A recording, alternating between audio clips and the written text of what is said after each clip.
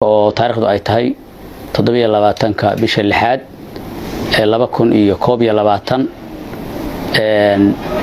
waxaa saakay magaalada Gaalkacyood ee lagu fuliyay dil qisaas ah ee 18 ee kamid ahaa wada warbixin aanu idinkaga diyaarinay maamulka Puntland oo maanta 18 nin ku toogtay magaalada Gaalkacyo ee gobolkaasi Mudug. Maamulka Puntland ayaa waxa ay maanta dil toogasho ku fuliyeen 18 nin oo ay ku eedeeyeen inay xasuuq ka geysteen gobolkaasi Mudug sanadihii la soo dhaafay. Maxkamadda ciidamada qalabka sida ee maamulka Puntland ayaa waxa ay dil toogasho ku xukuntay 18 nin oo ka tirsan kooxda Al-Shabaab kuwaas oo horay ay ugu eedeysay in ay dilal soo bilowday 2018 ilaa 2020 ay ka wadeen gobolkaasi Mudug sida ay sheegtay maxkamadda ciidamada qalabka sida ee dambiyada culus ee Puntland. Waxa maxkamadda darajada koobaad iyo maxkamadda darajada koobaad ay dilal ay horay ugu xukuntay maanta lagu fuliyay duleedka magaalada Gaalkacyo ee gobolka Mudug iyada oo ay u soo daawasho tageen dad badan oo ka tirsan bulshada Gaalkacyo iyo dad badan oo la sheegay inay eheladooda dileen nimanka la tooganaya maanta. 18 nin oo ka tirsan kooxda Al-Shabaab ayaa waxa ay ku toogteen maanta magaalada Gaalkacyo ciidamada qalabka sida ee Puntland oo saf u galay sida ay muuqaalo laga soo duubay lagu shaaciyay warbaahinta muuqaalo kala duwan la wadaagay.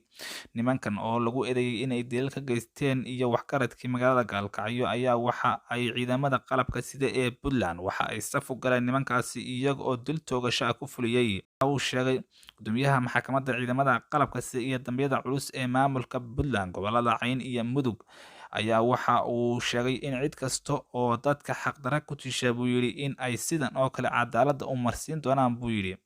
Sidoo kale taliyaha booliiska gobolka Mudug ee maamulka Puntland ayaa waxa isna uu sheegay in ay ku daba joogaan dad kale oo uu sheegay in ay iyana dambiye ka geysteen gobolkaasi Mudug isagoo oo sheegay inay gacanta ku soo dhigi doonaan dad badan oo uu ku eedeeyay in ay dambiye ka geysteen. Waanu ku daba joognaa si dadban iyo si sharciyaba waxbaan ku dilanaa ayuu yiri Muumin Cabdi Shire taliyaha booliiska maamulka Puntland ee gobolka Mudug oo warbaahinta kula hadlay.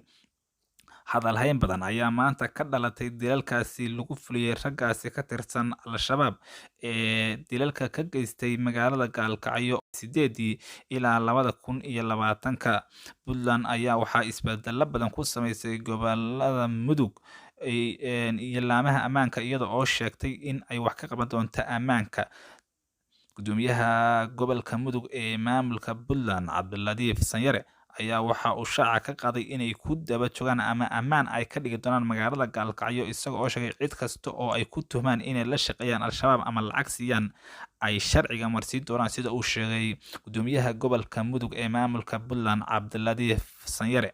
Waxaa maamulka Puntland uu isbeddello badan ku sameeyay taliyaashii qaybaha kala duwan ee gobolka Mudug ee Puntland iyaga oo sheegay in ay ku daba joogaan cid kasta oo taageerta bay dheheen Al-Shabaab sida ay warbaahinta la wadaageen maanta iyo shirar hore oo hore u qabteen. Laakiin dilalkan ayaa maanta lagu fuliyay magaalada Gaalkacyo ayaa waxa ay ku soo beegmaysaa iyada oo Puntland horay ay u shaacisay in ay wax badan ka qaban doonto ammaanka oo ayna nabad ka dhigi doonto.